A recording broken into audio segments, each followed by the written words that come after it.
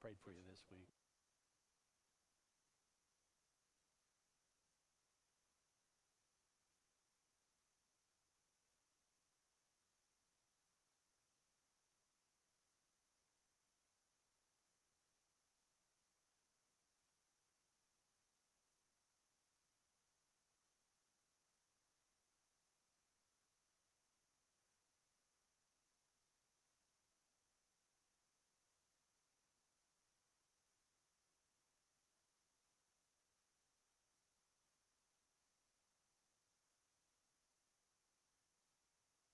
Good morning, everyone.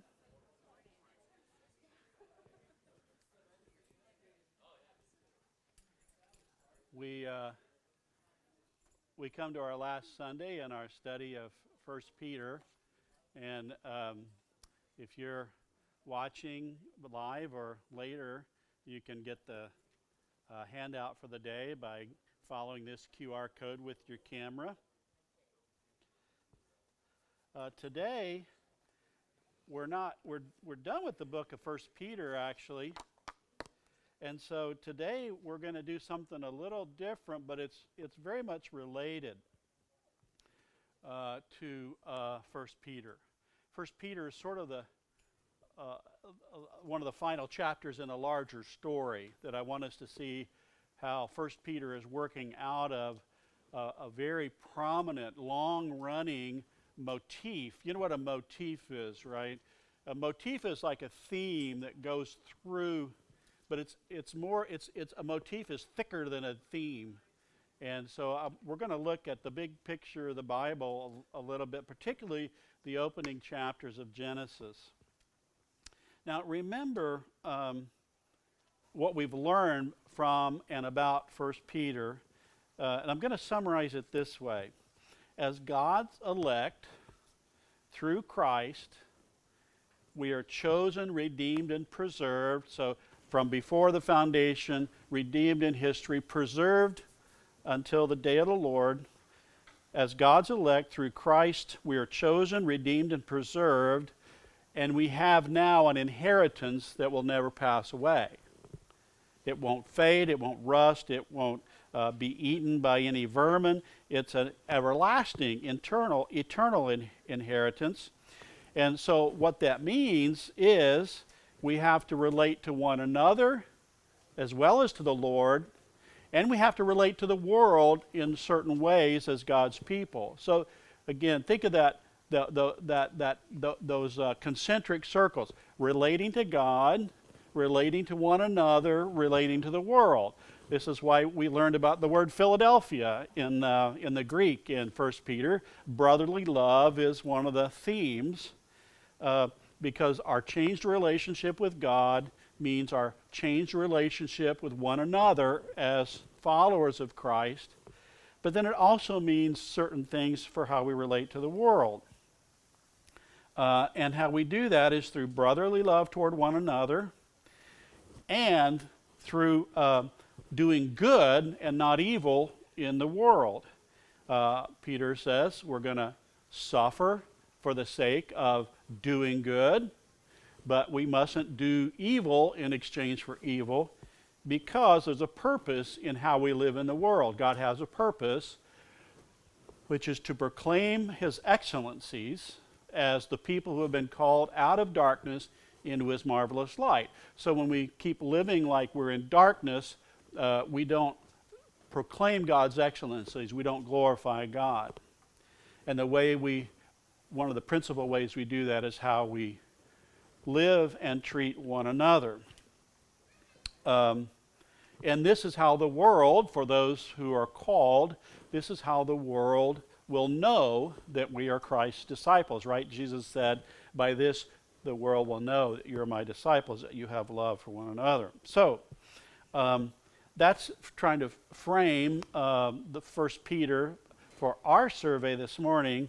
And of course, note that how Peter ends with special emphasis on leaders within the church as under-shepherds in the church, because, as 1 Peter 5:5 said, that the elders are therefore examples to others, so that how elders live and relate to one another as well as to the flock will be imitated. That scary time when you hear a child say something you've said in the home. So we're to be this peculiar people. And then the letter ends with telling us who God is for and who God is against, right? Remember, God is for. Let's start with who He's against. God is opposed to the proud, and He gives grace to the humble. So let's do this story, and I'm going to explain what the story is all about. But this just kind of recapitulates what I just said. We had the three big pieces of 1 Peter. And so let's go back to the beginning of the Bible and see what I'm going to describe as, already described as a tale of two cities. Because this is kind of the motif for that runs through Scripture. It's two cities, as Augustine said, but it's going to be under...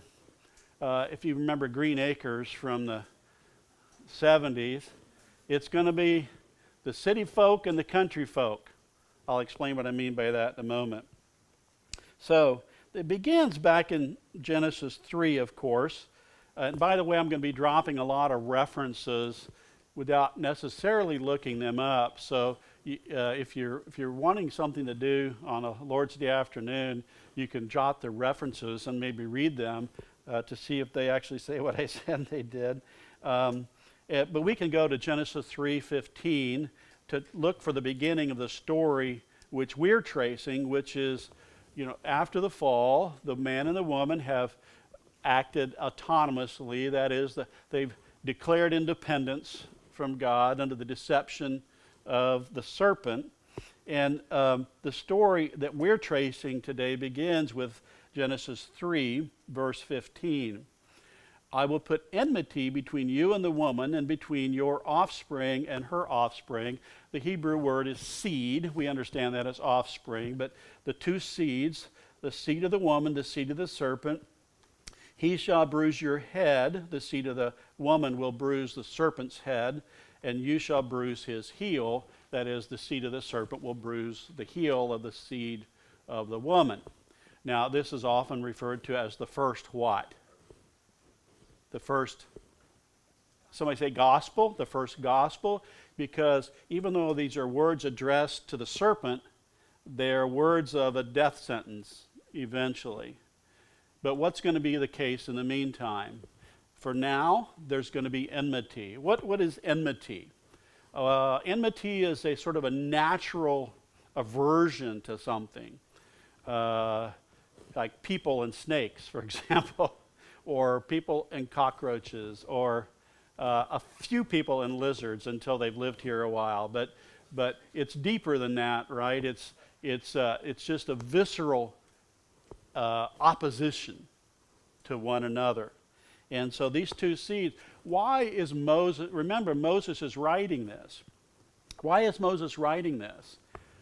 He's not just giving a factual recapitulation of all the things that ever happened in the past. He's writing it to Israel, and this will help Israel understand that wherever they've gone and wherever they've lived, they have been oppressed and persecuted. They were under threat of the Canaanites when Abram lived in the Promised Land, and they went down to Egypt, and particularly now that they're down in Egypt, or just having left Egypt, when they received these words from Moses, they are understanding who has been harsh on them while they lived in Egypt. Well, Pharaoh and the power of Pharaoh and the whole Egyptian nation. And as they make their way to the Promised Land, they're going to encounter opposition. And even as they enter into Canaan, they will be opposed with violence. And so this helps explain why are we always at odds with the world around us or with the peoples around us. This is because we are God's chosen people, and we're living among the seed of the serpent. But it also has a twofold application, not only to understand why life is hard, but the other side of it is to say, hold fast.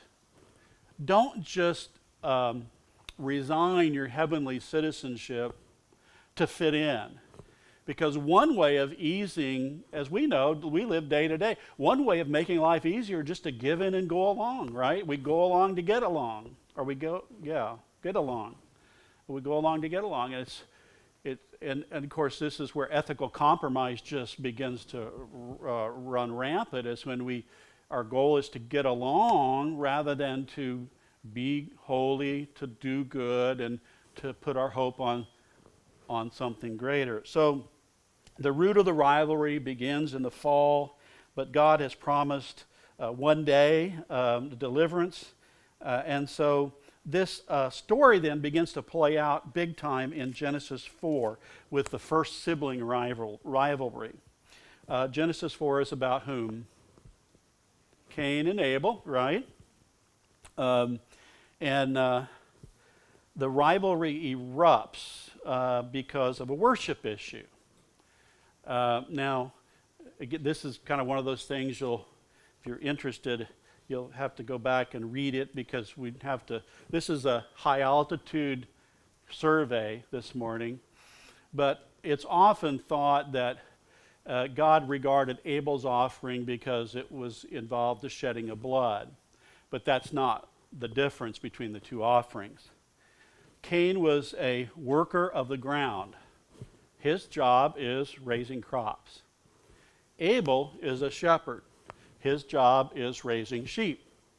So when it comes time to offer God something, it makes sense that these aren't atoning sacrifices. These are sort of like what we would think of as the tithe, that giving God a portion of what he has given us to acknowledge he is the source. That's what we do when we give, right? We're not trying to pay our way into heaven, but we're saying, God, all of it's from you. I don't have anything that I didn't receive, and I'm going to give you some of it. But what was expected in the offerings of the Old Testament was that someone would bring the best. So here's the difference between Cain and Abel's offerings.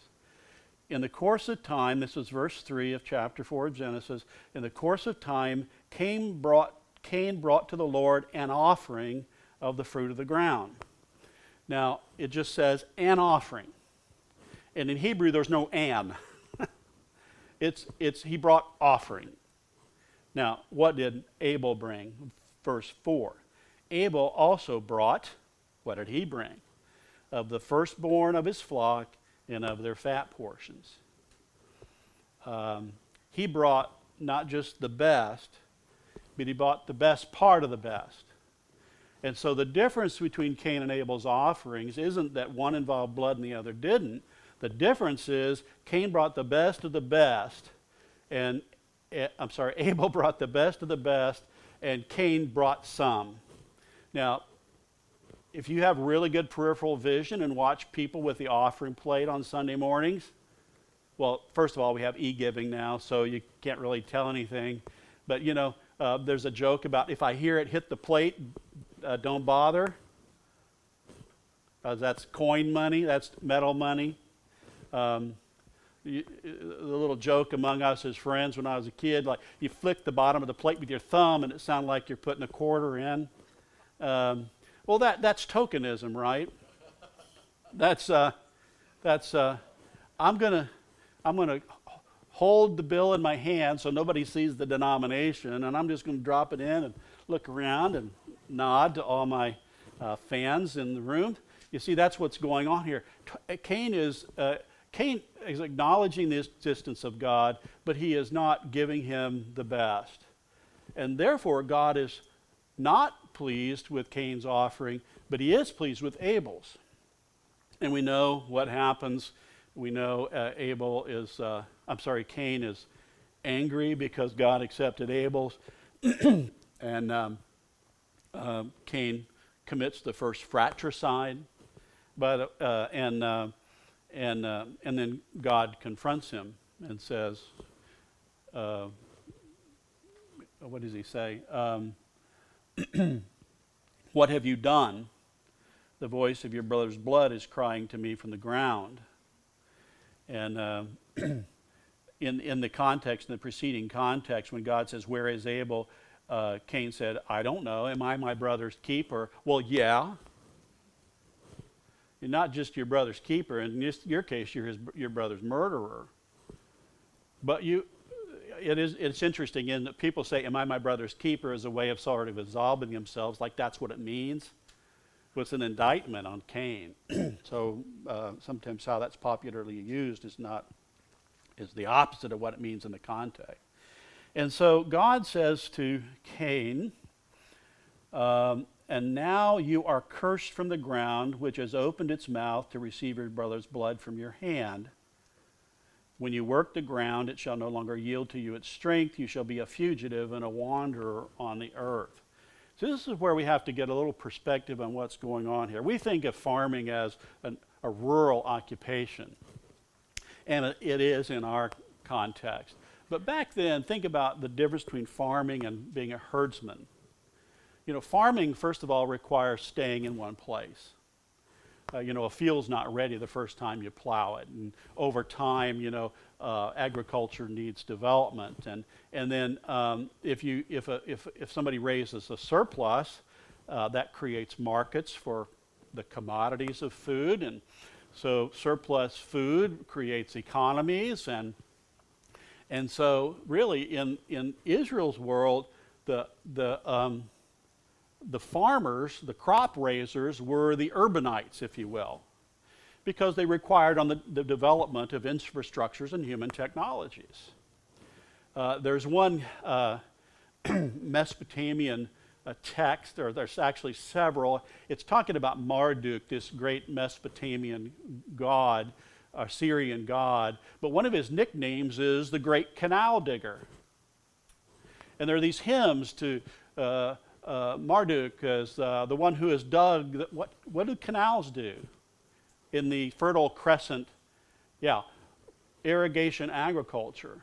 And we know that it's called the Fertile Crescent because it was one of the most verdant places in the world, in the ancient world.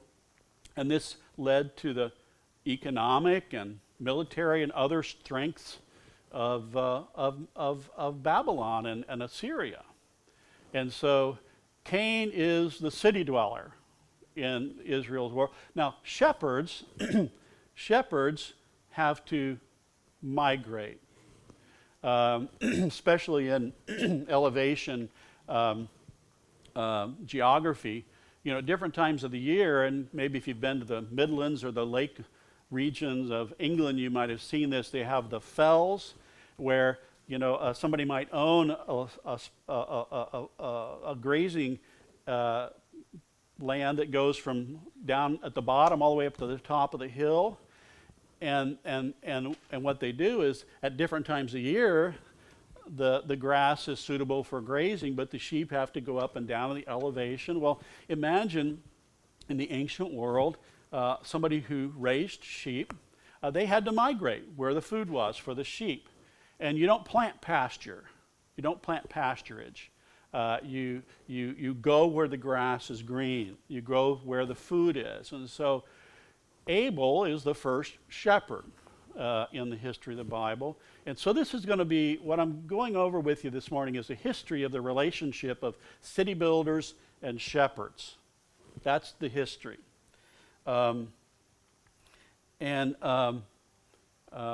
What's Cain's reaction, by the way, when God tells him, you shall be a wanderer? He says, my punishment is greater than I can bear.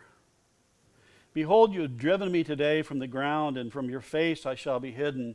I shall be a fugitive and a wanderer on the earth, and whoever finds me will kill me. Then the Lord said to him, not so. If anyone kills Cain, vengeance will be taken on him sevenfold. And the Lord put a mark on Cain, lest any who found him should attack him. be clear about what this mark is. We're not told specifically what the mark is, but it was a sign that God had extended his protection to Cain so that no one should touch him. Some of you might be wondering already, what's Cain afraid of if there's the two offspring of Adam and Eve? The Bible is amazingly disinterested in the questions it's not answering and amazingly interested in the questions it is. So, while that's not a ludicrous question to ask, that's not the concern here of Genesis 4. Cain is afraid that away from settled human society, he's going to be vulnerable. He is afraid that without the security of the city, he will be in danger of his life. And so his love is not for growing crops. His love is for, and there are two things that I want us to observe if we can as we go. There are two things that God gives and two things that people seek instead from human society. One is protection, and the other is provision.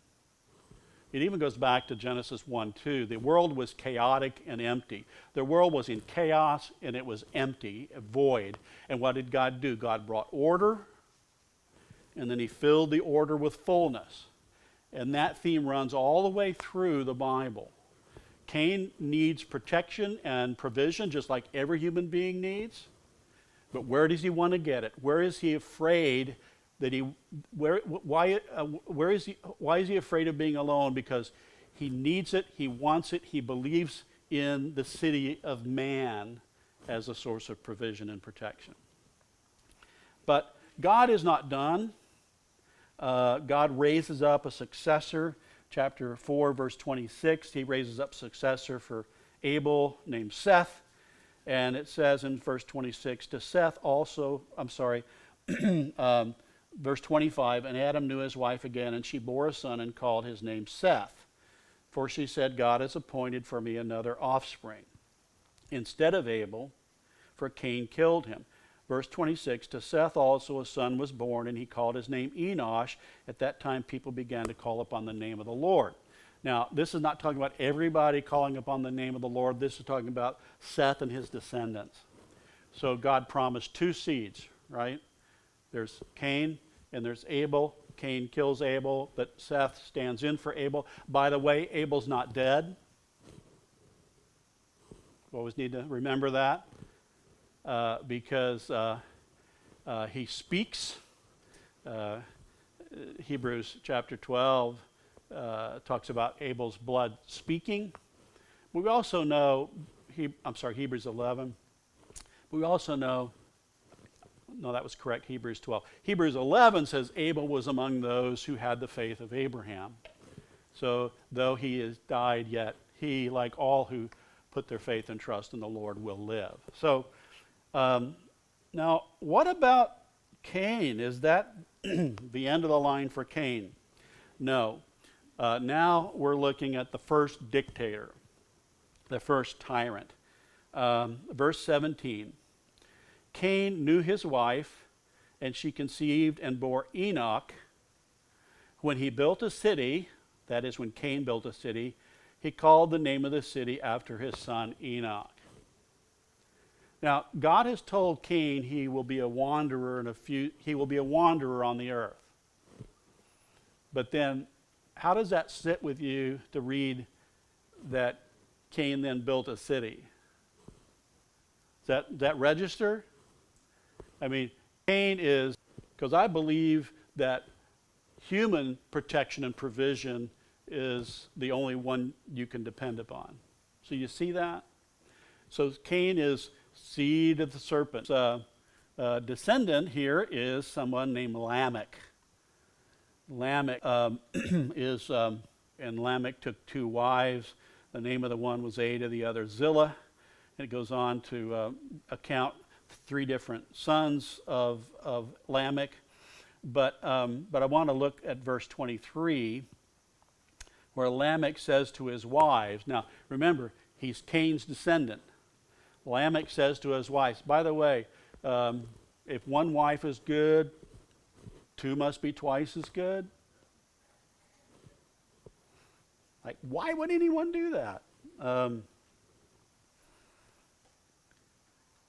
Ada and Zillah, hear my voice. You wives of Lamech, listen to what I say. First of all, notice, Lamech has perverted the marriage ordinance. He's no longer one flesh with one woman, but rather he's now like a good potentate accumulating wives. So even though God left in place the life-giving creation ordinances of labor and of childbearing and of marriage, God did not withdraw those in the fall. He graciously sustains life until he fulfills his promise. Yet Lamech is taking a gift of God and doing it to build up his reputation. Because this is a song. This is why you see it formatted differently in Genesis 4. It's a song. Lamech has written a song, and the first verse says, I have 2 wives. And then he says, I have killed a man for wounding me, a young man for striking me. Now, what's wrong with that? That's a couple of weeks ago we learned that's the Chicago way. Right? That's, they bring a knife, you bring a gun. You know, if somebody insults you, you punch them. If they try to stab you, you shoot them. Like upping the ante instead of what? Eye for eye and tooth for tooth, which is actually a restraint upon judicial punishment. Instead, Lamech says, I will deal with my enemies disproportionately, and he writes a song about it. So here's another thing to see. Lamech, as an image of God, so all people are made in God's image, yet fallen. Lamech represents the kind of person who takes the gifts of being in the image of God, which we talked about when we talked about elders. Power and authority. Authority is the right to do something by virtue of one's position. Power is the ability to do something. So Lamech takes his power and authority and uses them to glorify his own strength, his own violence, his own misogyny, say it that way. So Lamech is really paradigmatic for what fallen human beings do when they have power and authority, apart from the lordship of God, apart from God's kingship. When people start to view human authority as unaccountable to the covenant Lord, the Creator, then this is what happens. Does that make sense? So Lamech says, in fact, I'm badder than Cain. Verse 24, if Cain's revenge is 7-fold, then Lamech's is 70-fold.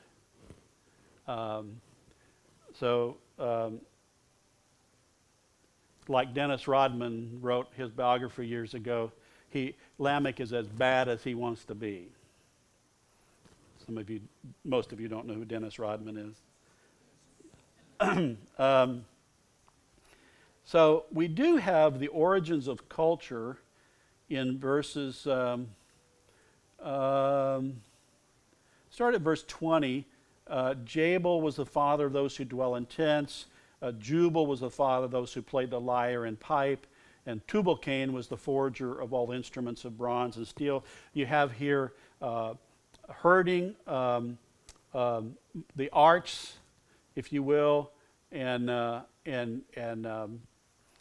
iron industry, whatever you want to call it.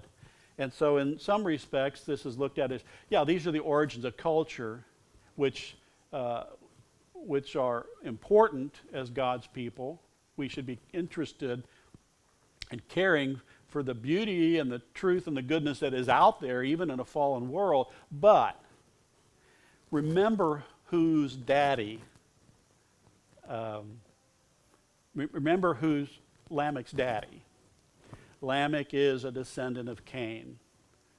And so culture then gets turned, instead of toward God, what does it get turned toward? Toward human glory, human fame. So this sets the table for this story of the city of, what Augustine called the city of man and the city of God. Now, we haven't heard much about the city of God, except they call upon the name of the Lord. And this is kind of part of the beauty of the story. You know, the city of man is just doing all kinds of amazing things, and the seed of the woman is just this thin thread, just this gossamer thread, lasting through all the growths and the glory of empires until a certain man, Abraham. So let me just pause there and see if anybody has any questions so far. I know this is a lot of big picture stuff, but it's often in the big picture that the details start to even make more vivid sense. No questions? Okay. Well, we got to talk about this one, right? We got to talk about Babel. I know we're skipping a few chapters. We're going to have to get to Revelation by the end of the hour. Now, the Tower of Babel story begins, Genesis 11. Now, the whole earth had one language and the same words. And the people migrated from the east. They found a place in the land of Shinar and settled there. This is in the region of Babylon, modern-day Iraq. Verse 3, and they said to one another, come, let us make bricks and burn them thoroughly. And they had brick for stone and bitumen for mortar. Notice this is technological capacity. Now, there is no stated intention of this technology. We have this technology. But then, in verse 4, then they said, come, let us build ourselves a city and a tower with its top in the heavens. There's their telos, or their purpose now. Notice this. The technology comes without a telos. And then the technology ends up being used for human glory. Does that say something about the modern day? You know, a lot of things have been invented. They'll say, well, we'll decide what to do with it after we invent it. But then Pandora's box is often open, and it's hard to rein back in unfettered information, nuclear fission, the machine gun, you name it. Because there's this tendency for the city of man to figure out what it can do, and then once it achieves what it can do, and then it decides what ends to use it for. And so Babel is going to build a tower up to heaven. Now, why would you build a tower up to the heavens? Be equal with God. Yeah, to get access to God, and also that the God might come down. And so to say we are the seat of the gods, or God, we are the place, and this is economics too, because a temple in the ancient Near East was also the Fed. Temple offerings were a very real part of the royal economy. And so priests had economic and political and all kinds of power. So you see, their aim is to reach the heavens, but notice they said, let us make a name for ourselves. So in building a tower for God, it will make them famous. And so it's not a true pious pursuit of God or the gods, but it is ultimately a means of human glorification. Yes, Leslie. Got a note in my Bible. The city once more became the cultural focus of mounting human arrogance. That's right. And in contrast to this little thread I mean, we could talk, there's a lot to say. By the way, Babel had their own story of the tower, but in their version of the story, the gods told them to do this. In Moses' version of the story, this is something they thunk up. This is just, hey, let's do this. You know, some guys sitting around, you know, a fire pit, you know, on a Friday night. No, you can visualize what you will, but this is often what the Bible does, particularly Old Testament history. It does tell the stories, cultures, but it tells them in a way that says, your God ain't no God. And it's your own efforts at self-glorification that really drives what you're doing. And Yahweh is the only true and living God. So what does God do? He does a, yeah, and it's a really funny story. If you're a little Hebrew, 7-year-old, you'd say, hey, tell me that story again, because you have the Hebrew word for build is banah, and the Hebrew word for let's go, let's do this is bo, and then the name of the place is Babel, and then the word for confuse is Balel. This sounds like, who wrote Jabberwocky? What's that? Lewis Carroll. It sounds like Lewis Carroll or some kind of a poet like that, because it's mocking the Babylonians for this folly. And so God comes, and this tower that they're building up to heaven, God says among the heavenly council, let's go see, let's go down, their ambition was, we're going to pierce the heavens, and God has to pack a lunch to go see it on a day trip. So the disparity is there. It's in the story. And then God does what? What does God do to keep them from doing he confuses their language, exactly. And so from that point on, the human race is fragmented by tongue. And in Genesis 10, the actually preceding chapter, tells us about all those different nations. Well, what about God's people? Well, just look at Genesis 12:2. There's this one man, he's 80, he's childless, his wife is old, he's old, and God calls them to leave Babylon, Mesopotamia. Go to the land I'll show you. I'm not going to tell you where it is yet. I'll show you when as you go. And verse 2, I will make of you a great nation, and I will bless you, and I will make your name great. So these two races, these two cities, the city of man does everything it can to make itself famous. But then you have this one man and his wife, childless, who get a promise from God. I'm going to give you a great name. So there are name makers, the city of man, but there are the name receivers. And how does Abraham get this name? Well, he starts to build a city, right? No. He doesn't even own the land when he dies, but he lives there in faith. He sets up altars in faith. And the whole story of Abraham is him growing in his trust in the Lord, seeing God act, and growing more bold and confident. So the promise of the seed is preserved and actually advanced in the story of Abraham. Now, in the middle of this is Lot. Lot is Abram's nephew. There's a point in Genesis 13 where they grow so prosperous they can't get along. I mean, has that ever happened before? I'm using a line from the Old West movies.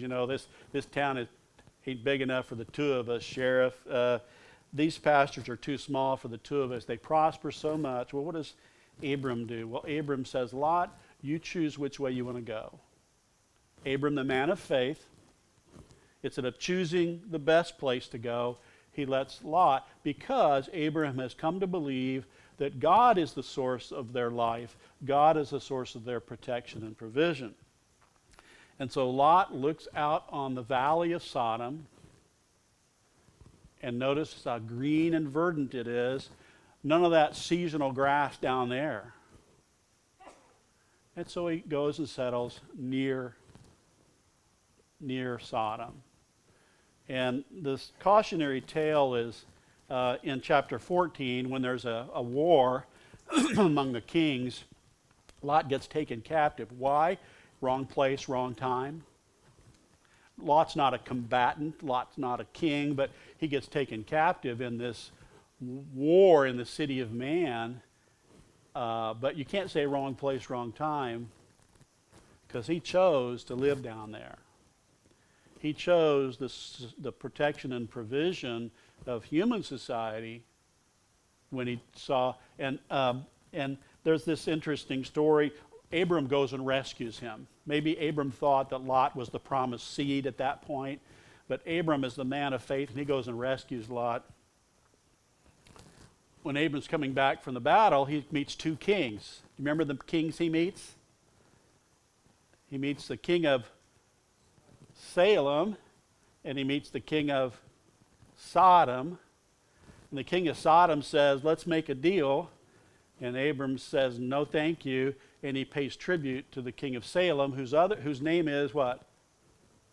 Melchizedek, king of the priest of the Most High God. So Abram knows that whatever he has and whatever he needs is coming from heaven, not from political or social connections. See how this theme is continuing. Abram's, and then even after Sarah dies, one of the Canaanite kings, let me give you a grave site. What does Abram say? He says, I'm not going to take it as a gift.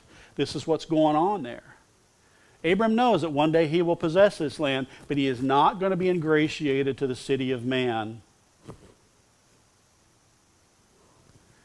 He is not going to let anyone say, I made you rich. He's going to maintain the faith that says, whatever I have and whatever is taken away from me, to use Job's words, right? The Lord gives, the Lord takes away, but blessed be Yahweh. So Abram's a shepherd. He's a herder of flocks. If you kind of fast forward to the end of Genesis, at the very end of Genesis, Genesis 48, Jacob says, God has been the shepherd of Abraham and Isaac all their years. In other words, it just kind of comes out of the blue, but it's clear that Jacob understands that God's care for Abraham, Isaac, and now him, that God's care for them was the care of a shepherd. So God has the title shepherd as early as Genesis 48. So Joseph, so they've known the presence of God, their shepherd, all these years. But then Joseph gives his brothers some advice in Genesis 46. When they come down from Canaan to live in Egypt, Joseph says, now, when Pharaoh asks you what you do for a living, here's what you tell him. Tell him you're shepherds. It wasn't a lie, but because they were. Jacob and his sons. That's how Joseph got sold into slavery, because his brother, they were all out there unattended by dad. Don't send your sons out to work in the back, just, without eyes on. Somebody will end up tied up or buried in a hole or something. But Joseph says, tell them you're shepherds, because the Egyptians despise shepherds. In fact, the Hebrew word there is odious.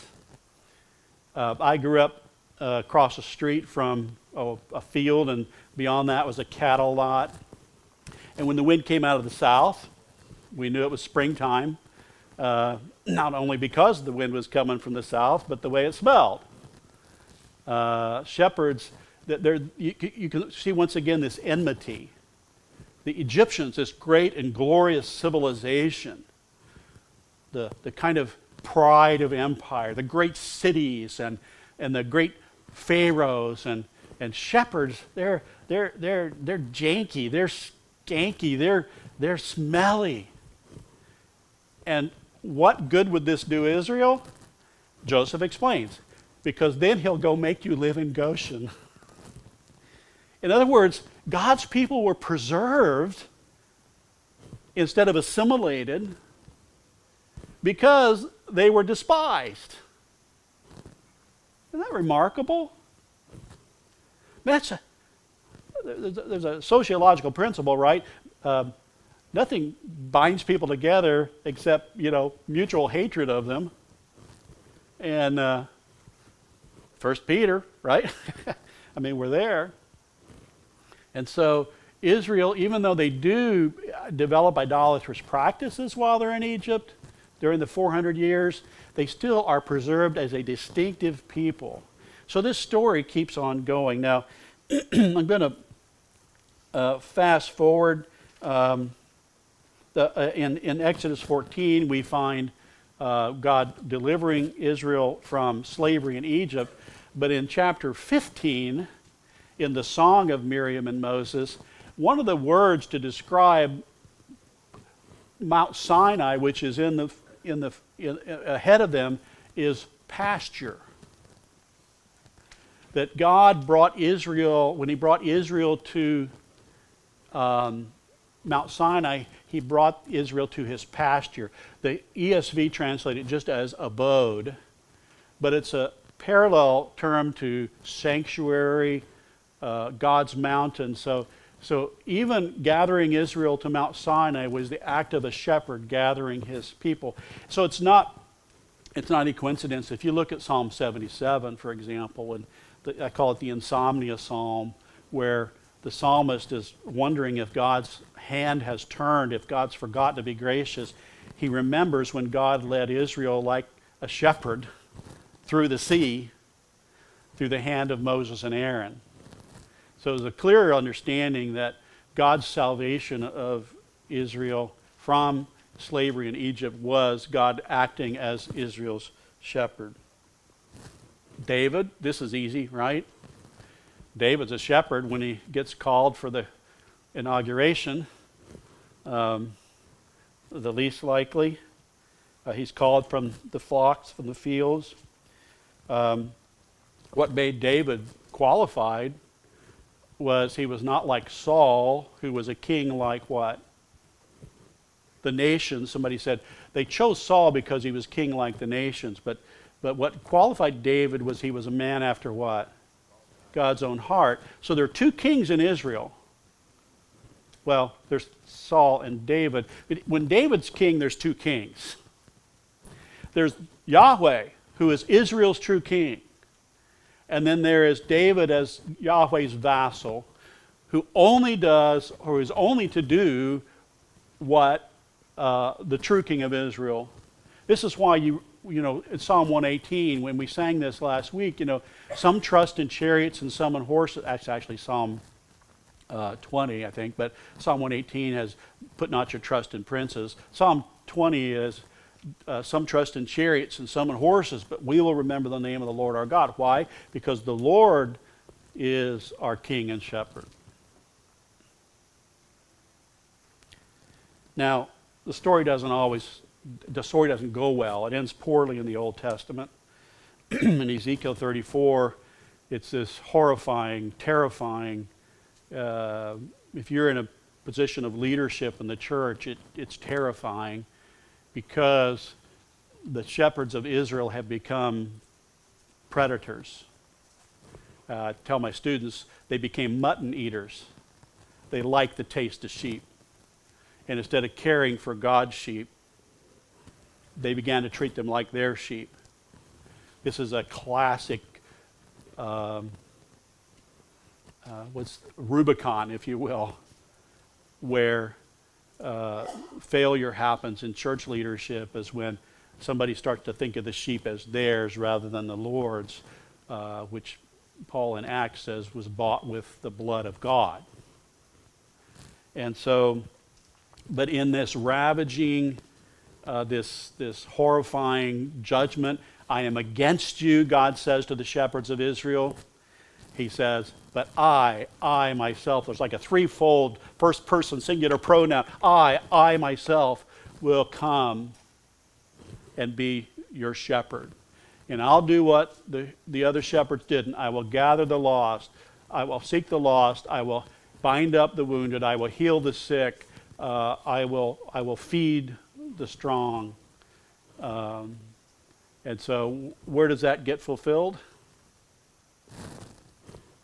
Christ, yeah, John 10. Thank you, Jeff. In John 10, when Jesus said, I am the good shepherd, he's saying, I am Yahweh, come to fulfill the promise. And by the way, how does the good shepherd do that? It says, Jesus said, I lay my life down, I take it up again in John 10. But think about it. The shepherd saves the sheep by becoming a lamb. The wonder of the gospel. And again, we're fast forwarding, but the good shepherd, as we learned a few weeks ago, the good shepherd didn't leave us without his care, but rather he provides under shepherds, 1 Peter 5. And so you can see how important it is how we relate to one another within the church, because our relationships are supposed to be a reflection of how God has dealt with us, and how by living out how God has dealt with us, and that we believe that our protection and provision is from the Lord, we won't be like Lot, who ended up as the chairman of the Chamber of Commerce in Sodom eventually.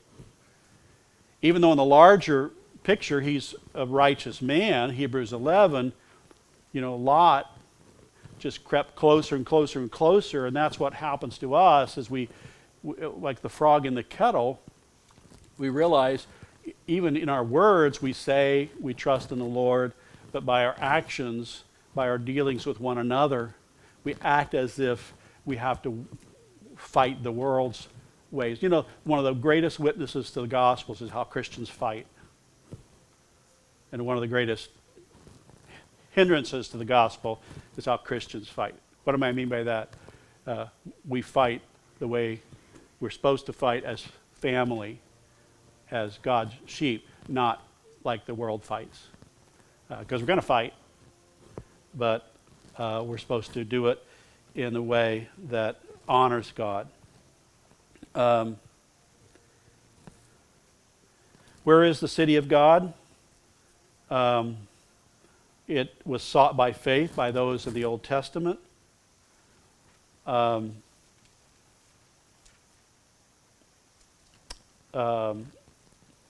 Hebrews 11 says Abraham sought a better country. He sought a city which has foundations. That's in Hebrews 11. So what do? We say, yeah, we just got to set our sights on the future like Abraham did. Well, yeah. But Hebrews 12 says something interesting too.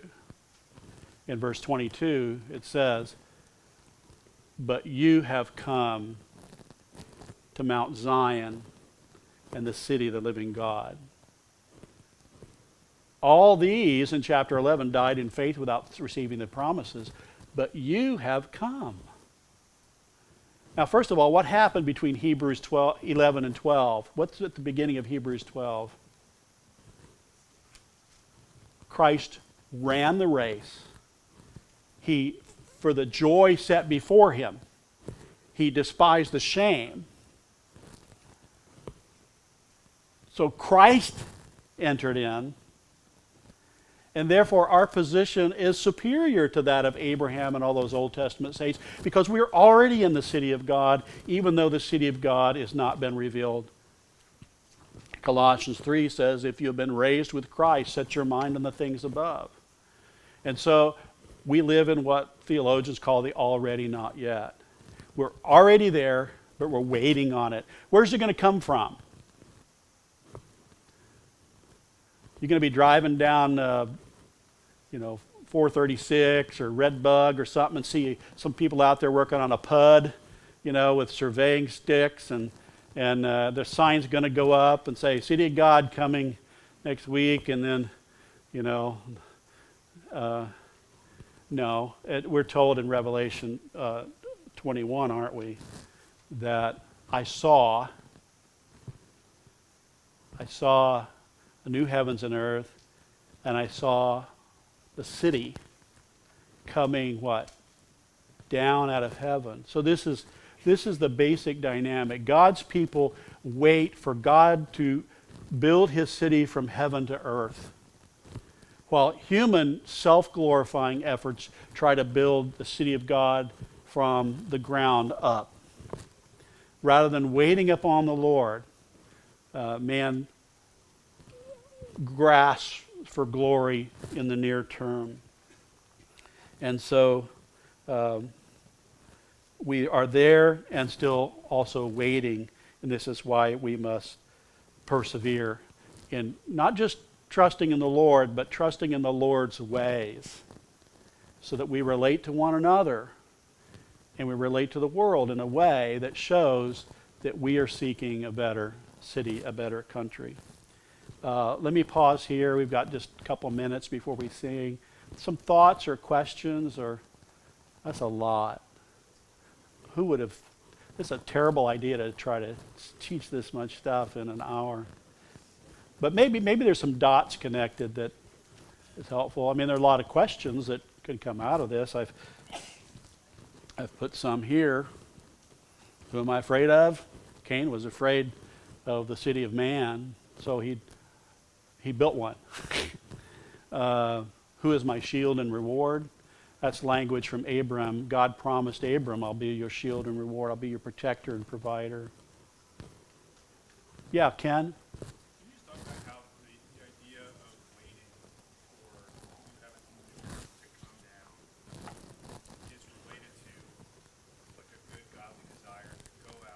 Mm-hmm. Yeah, because you have two ditches. One is this world's going to get all burned up, and we just need to, pull the eject button when it's time. And the other is, well, let's build the city of God now, and then let's invite God to the dedication of it, to cut the ribbon or whatever. So, but in between there's and of course there's a lot of differences between Christians on exactly how that comes. It relates to eschatology. But the one thing that is abundantly clear is we're to do good. We're to trust in God's ways by doing good, and that means enriching the world around us, because even though Christ was rich, yet his poverty enriched us. And so we would have to drill down into, like, what's the nature of the church's mission? And I think St. Paul is in the right key on that. On the one hand, like, our worship is exalted and God-centered, but yet our neighbors increasingly know that we're here for the good of the neighborhood, right? And so, but the city of man isn't transformed into the city of God. It's those who trust in the city of man have to become members of the city of God. So evangelism, personal faith and repentance remains essential. But because God hasn't abandoned his world, we work for the common good as well. I know you've thought a great deal about this, and it's hard to say something simple, but that's fairly. Anything missing in that formula? Okay, thanks, Ken. Yeah. Yes, Wendy. It's just a beautiful picture of how we cannot secure our salvation on our own. It all comes down from God. And also, when we're seeking for peace here, peace now, it's never going to happen. Only in God's eternal Yeah. plan for it to be That's good. in heaven. So Wendy said it's just a reminder of how everything we have is from the Lord, God's grace, and then not expecting this world to be the place where we find it. In the world you will have tribulation, Jesus said, but I have overcome the world. On your handout is this quote from Augustine, Tale of Two Cities, which I'll refrain from reading this morning because it is on your handout. But we're going to sing The King of Love, My Shepherd Is. I've got a tune that's not playing. Does anybody remember the tune? Let's see. The King of Love, my shepherd is. Is that close enough for church, at least? The King of Love, my shepherd is, whose goodness faileth never.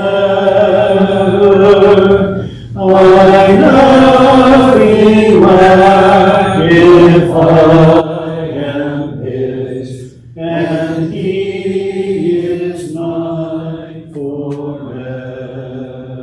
A little faster. Where streams of living waters flow, my ransomed soul he leadeth, and where the verdant pastures grow, with food celestial feedeth. Perverse and foolish oft I stray, but yet in love he saw me, and on his shoulder gently laid, and home rejoicing brought me. In death's dark vale I fear no ill, with thee, dear Lord, beside me. Thy rod and staff my comfort still, thy cross before to guide me. Thou spreadst the table in my sight, thy unction grace bestoweth, and oh, what transport of delight from thy pure chalice floweth. So last verse. And so through all the length of days, thy goodness faileth never. Good Shepherd, may I sing thy praise within thy house forever. You're dismissed.